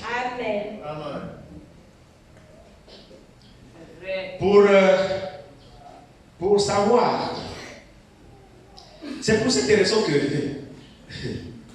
non, la parole de Dieu est parfaite. Vous savez comment je peux expliquer ça? Comment? Quel exemple je peux prendre? Les épreuves sont là effectivement pour manifester ce qui est en nous. C'est pourquoi Dieu permet les épreuves. C'est pour manifester ce qui est en nous. comment saurez-vous ici que moi qui vous parle ici, je suis sauvé? Amen. Parce que s'il suffit seulement de le dire, que moi je suis sauvé, tout le monde ici peut dire qu'il est sauvé. Amen. Maintenant, comment vous saurez que moi qui vous parle ici, je suis sauvé? Amen. Comment vous saurez que Christ vit en moi? Comment vous saurez que, j'en sais rien, que j'ai une expérience avec Dieu? Parce que frères et sœurs, le fait de le dire, tout le monde peut le dire. Amen. C'est pourquoi les épreuves auxquelles nous faisons face permettent de manifester ce qui est enfui en nous. Amen. Amen. C'est pourquoi la Bible dit les épreuves sont des trésors pour nous. Amen. Les épreuves permettent de manifester ce qui est caché dans l'homme. Amen. Amen. Je prends juste un exemple. La Bible dit que votre douceur soit connue de tous les hommes. Juste un exemple que je prends. C'est écrit comme ça. Que votre douceur soit connue de tous les hommes. Amen. Amen. C'est Timothée qui parle de ça. Vous le savez, non? Amen. Ok. Maintenant, comment on saura que j'ai de la douceur? C'est ça. Amen. Vous voyez quelque chose? Amen. Que votre douceur soit connue de tous les hommes. Maintenant, comment on saura que tu as la douceur? Amen. Mais il faut permettre le test. Amen. Frères et sœurs, s'il vous plaît, s'il n'y a pas de test, tout le monde va s'autoproclamer, faire des déclarations tapageuses. Amen. C'est juste. Mais Dieu éprouve. Alléluia. Ce qui est de lui se manifeste. Amen. Ce qui n'est pas de lui aussi, on verra. Amen. Comme l'exemple que fait Bernard, on prend entre le corbeau et l'aigle. Le corbeau, à un moment donné, peut se penser comme rivalisant avec l'aigle. Parce que lui aussi vole à une certaine attitude. Mais les dimensions, les hauteurs où l'aigle arrive, il n'arrive plus. Amen. Il manifeste sa nature. Amen. Il s'agit pour nous, le temps dans lequel nous sommes, de ne pas confesser le salut d'une manière vaine, mais d'être certain que nous l'avons. Amen. Parce que mon frère, ma soeur, nous n'avons plus de temps. Amen. Il est temps que le salut que nous confessons, nous puissions le manifester et Dieu doit le confirmer. Amen. Amen. Il y a trop de faux Saint-Esprit. Amen. Il y a trop de faux sauvés. Amen. Il y a trop de faux saluts. Amen. Il y a trop de faux croyants. Il y a trop de faux convertis. Il y a trop de fausses nouvelles naissances. Amen. Mais il est temps maintenant que ce que nous confessons, nous puissions le manifester. Amen. Parce que nous pouvons la voir. Alléluia. Amen. C'est la vérité, frère. Amen. Amen. Tout ce qui est écrit doit pouvoir s'accomplir dans notre vie. Amen. Alléluia. Comme le croyais censé être, Amen. tu dois être comme ça. Amen. Est-ce que vous le croyez? Amen.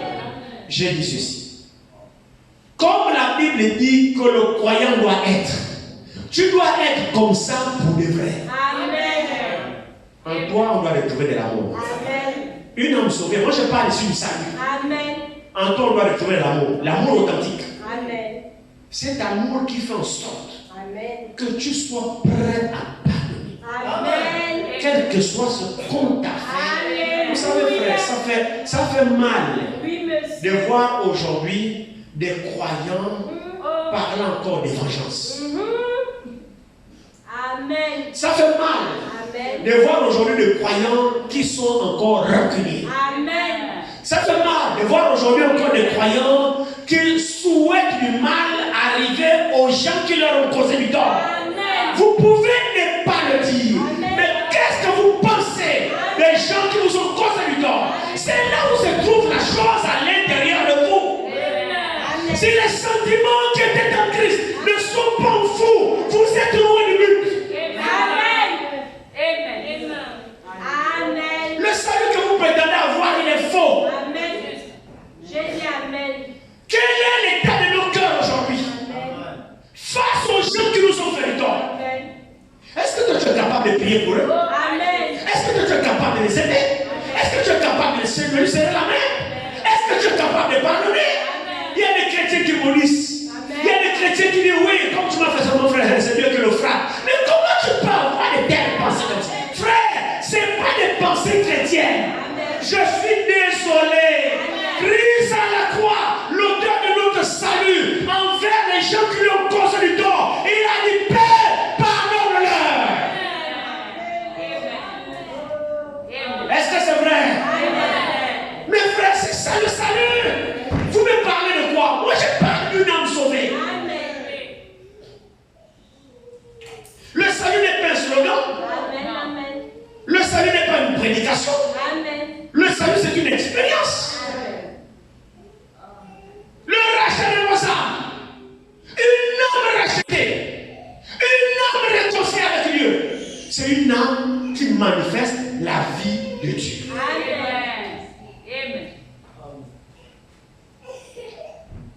Injurier, il ne rendait point d'injure.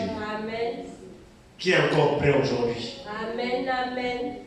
On t'injurie, tu ne rends pas. Qui est prêt à faire ça? Injurier ne rendait point d'injure. Et pourtant, il était Dieu. C'est qui tu vas dire, Père, pardon, le frère, ça là, cette dimension-là. Vous allez me dire que oui, ça c'est Jésus le Verbe. Il avait l'Esprit sans mesure. La vertu, la vérité, habité corporellement en lui. Très bien. Vous pouvez que je ne dis pas n'importe quoi. Prenez acte 7. Étienne, il était Jésus aussi. Étienne qu'on a lapidé. N'avait-il pas la même réaction que son sauveur? Pour vous montrer que lorsqu'on est sauvé, on est comme le sauveur. Parce qu'il nous transmet sa vie. Il nous donne son esprit. Il nous donne sa vie. Alors nous réagissons comme lui à toute épreuve, à toute difficulté. Étienne, devant ceux qui le lapidaient, qu'est-ce qu'Étienne a dit? Ne voyez pas Christ dans Étienne? À quel moment Étienne a demandé vengeance? Quels sont l'état de nos cœurs aujourd'hui? On n'est pas capable de pardonner, frères et sœurs. Pardonnons pour que Dieu nous pardonne. Et que notre pardon soit sincère, qu'il soit pur. Quand nous pardonnons, ne revenons plus là-dessus. Ne revenons plus là-dessus quand on a pardonné. Celui qui t'a fait du tort, pardonne. Maintenant, s'il y a d'autres péchés pour lesquels Dieu va nous régler le compte, que ça ne soit pas à cause de ce qu'il t'a fait. Ce qu'il t'a fait, toi pardonne. S'il y a autre chose qu'il règle ça avec Dieu, mais que ça ne soit pas à cause de ce qu'il t'a fait. Ce qu'il t'a fait, pardonne-lui. Et prie pour lui. Garde ton cœur en paix. Un cœur dégagé n'a pas de rancune. Un cœur dégagé, réconcilié. Le signe même que tu es réconcilié avec Dieu, c'est que tu es réconcilié avec ton frère.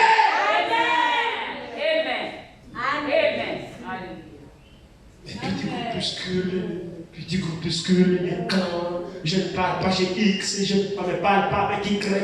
Et tu as quel saut, tu as quel salut? Tu as quel salut, c'est ton salut à toi. Le salut de Christ n'est pas comme ça. Le salut de Christ n'est pas comme ça.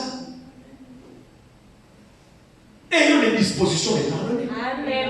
Vous voyez que c'est important de laisser la parole rentrer dans notre cœur. Vous n'y arriverez pas de vous-même. Vous n'y arriverez pas. Arrêtons les fabrications. Dis Seigneur, me voici. Taille-moi. Fais de moi ce que mon destin est. Voici mon âme. Quelle est la destination de ton âme, ma soeur? Est-ce que ton âme est sauvée? Ceci. Quiconque croit au Seigneur Jésus sera sauvé, lui et sa maison. Amen. Le dire, c'est une chose. L'expérimenter en est une autre. Amen. Tu entends les gens dire non, le salut est en Christ. Quiconque croit au Seigneur est sauvé. J'ai dit Amen. Amen. Amen. Et vous voyez les gens répéter ça comme un slogan, mais lorsque vous regardez la personne qui répète ça, n'est même pas sauvée. Et ça fait mal. C'est vrai que le salut est en Christ, mais toi tu ne l'as pas. Pourquoi tu ne l'as pas? Mais c'est seulement parce que tu ne crois pas. C'est juste. Tu dis seulement, mais tu ne crois pas. Amen. l'application de la foi. Amen. Ayez foi en Dieu. Amen. Croyez en Dieu. Pas de façon intellectuelle. Amen. Acceptez la parole dans votre cœur. Amen. Laissez-la pénétrer en vous. Amen. Laissez-la vous débarrasser des mauvais sentiments, Amen. des mauvaises pensées, des mauvaises ambitions, de la mauvaise nature. Laissez la parole. C'est pas vous-même. Dieu ne vous a jamais demandé de vous délivrer vous-même. C'est lui-même qui se charge. Mais à condition que tu le laisses faire.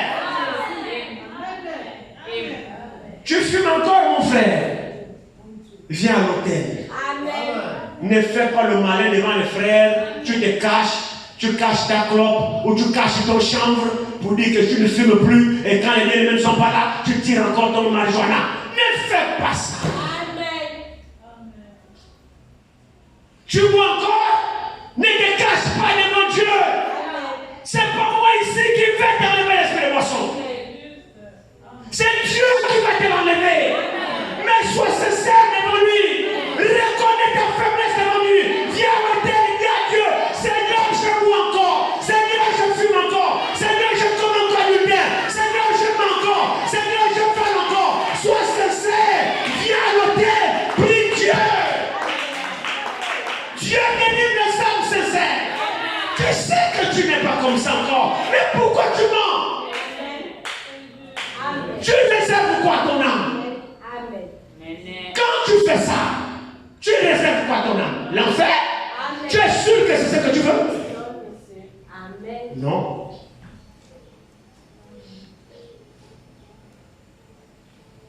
Nous ne rachèterons pas notre âme par notre intelligence. Notre âme coûte cher. Le sang de Christ, c'est le salut de notre âme. Et il est présent ce matin. Amen. Amen. Amen. Amen. Il est présent ce matin. Amen. Il veut te sauver. Amen. Il suffit seulement que tu l'acceptes. Amen. Que tu ouvres simplement ton cœur. Amen. Désire le salut pendant que tu y es. Amen. Pendant que le Seigneur te parle encore, ouvre simplement ton cœur. Amen. Toi-même, tu sais là où tu es. Amen. Tu sais ce que tu fais. Amen. Tu sais comment tu es. Amen. Tu sais ça. Et Dieu sait ça. Amen. Ouvre simplement ton cœur. Amen. Il te viendra en aide. Amen. Tu ne sortiras pas d'ici Amen. sans que ton problème ne trouve la solution. Amen. Parce que c'est pour toi qu'il est venu. Amen. Il a besoin simplement que tu lui ouvres ton cœur. Amen. N'aie pas peur. Amen. N'aie peur de personne. Amen. N'aie peur de personne. Amen. N'aie honte de personne. Amen. Aujourd'hui, c'est le temps favorable. Amen. Aujourd'hui, c'est le jour du salut. Amen. Arrête de jouer à la religion. Amen. Si tu sais qu'il y a quelque chose qui te dérange, Amen. je t'invite de venir. Amen. Nous allons prier. Amen. Nos yeux fermés, nous nous tenons debout, tête baissée, nos yeux fermés. C'est lui qui a besoin simplement du salut, qui connaît là où il est. Tu es simplement invité à venir ici devant. Nous allons prier pour toi.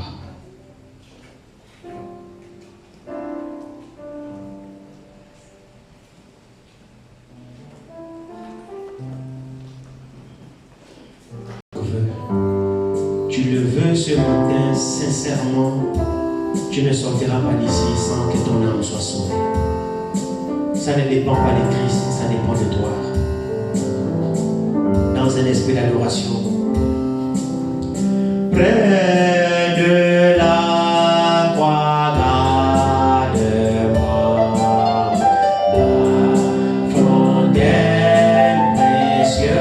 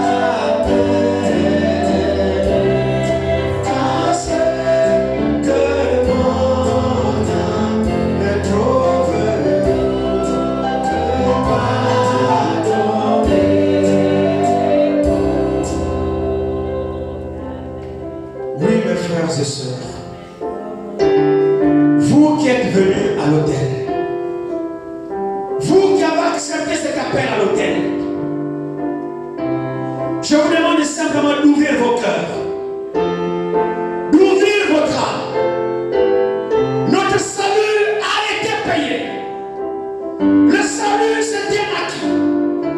Mais il n'est accordé qu'à tous ceux qui le désirent. À quiconque veut, peut le recevoir. Quiconque le désire, peut le recevoir. Je vous demande simplement d'ouvrir vos cœurs. D'ouvrir votre âme.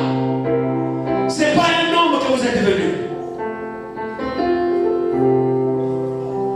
Vous avez témoigné par cela que vous désirez le salut de vos âmes.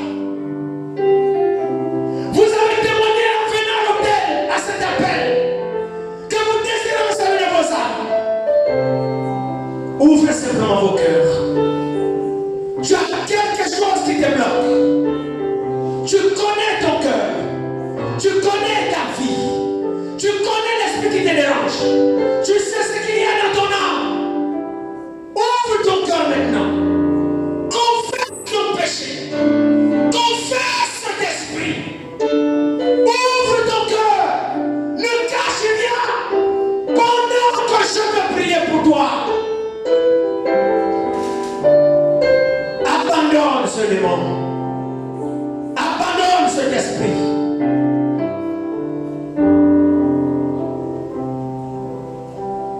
Seigneur Jésus-Christ, le Dieu de notre salut, nous sommes nés dans le péché. Nous sommes venus au monde avec le mensonge. Oh Seigneur, nous étions séparés de toi. Aucun homme ne peut se sauver du mal. Aucun homme ne peut acheter son âme lui-même. Le psaume 49 nous dit, ils ne peuvent pas se racheter eux-mêmes. Ils ne pourront jamais racheter leur âme. Car leur âme nous coûte très cher. Oh Jésus, tu nous as aimés, Seigneur. Notre âme est chère pour toi. C'est pourquoi la prière payée. Fuis toi-même, Seigneur. Tu es cette rançon pour notre âme. Tu es cette rançon pour notre salut. Tu es l'intercesseur. Tu es le primeur que Dieu demandait pour nous sauver. Oh Jésus, mon Père et mon Dieu, tu nous as rejetés. À une nouvelle manière de vivre que nous avons hérité de notre Père. Par ton sang précieux qui a coulé ce jour-là. Seigneur mon Père, je vois cet appel à l'autel. Je mets dans mon cœur ce matin de faire cet appel à l'autel. Je crois que c'est la fin de toi, Père. Oh Jésus, regarde ton peuple. Regarde ton peuple, Seigneur. Tous ceux qui sont venus ont besoin du Seigneur. Seigneur, accorde la foi. Accorde la foi. Que les cœurs soient ouverts. Que les puissent tomber ce matin. Au nom de Jésus-Christ. Que toute éternité soit brisée dans leur cœur. Au nom de Jésus-Christ. Que ceux qui les empêchent de croire, cela soit brisé. Au nom de Jésus-Christ. Toi, tu as la foi. Accorde la foi, mon frère. Accorde la foi, ma soeur. Car le salut a été accordé gratuitement en Christ. Mais au moyen de la foi, Seigneur, accorde cette foi ce matin. Accorde la foi, mon frère qui est venu à l'hôtel. Accorde la foi, ma soeur qui est venue à l'hôtel. Que lorsqu'ils repartiront, et qu'ils reviennent dans leur place, Seigneur Jésus, qu'ils soient sauvés, qu'ils soient délivrés, qu'ils soient libérés.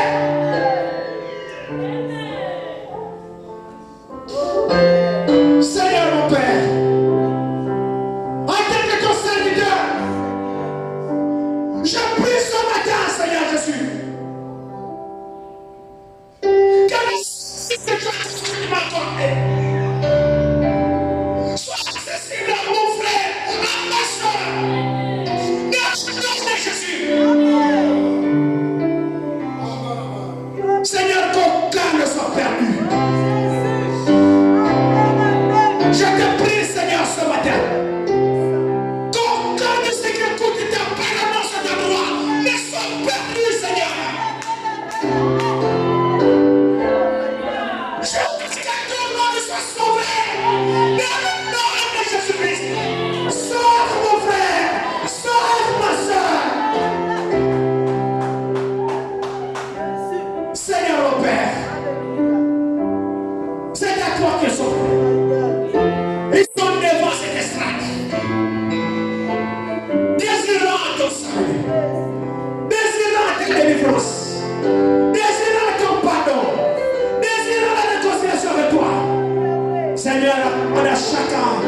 selon le désir de son cœur.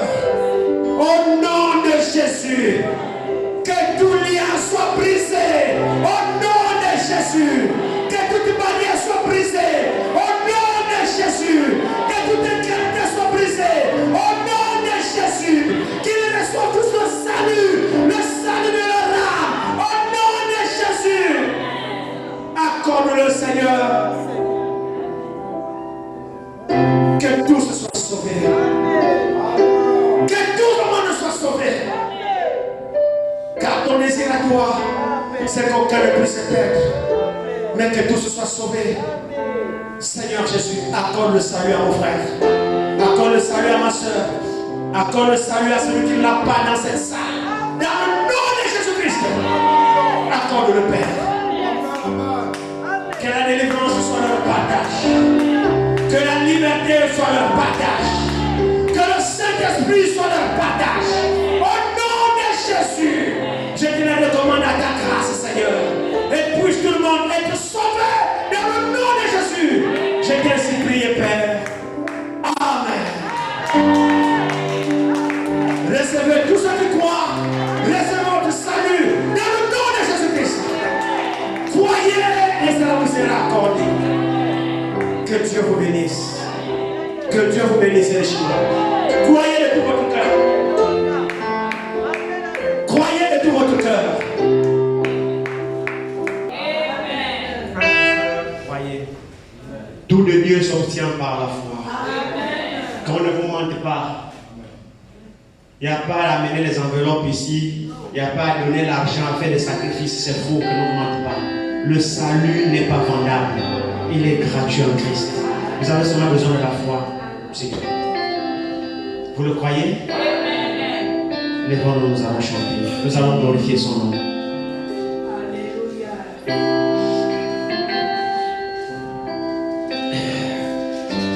J'ai besoin de sauver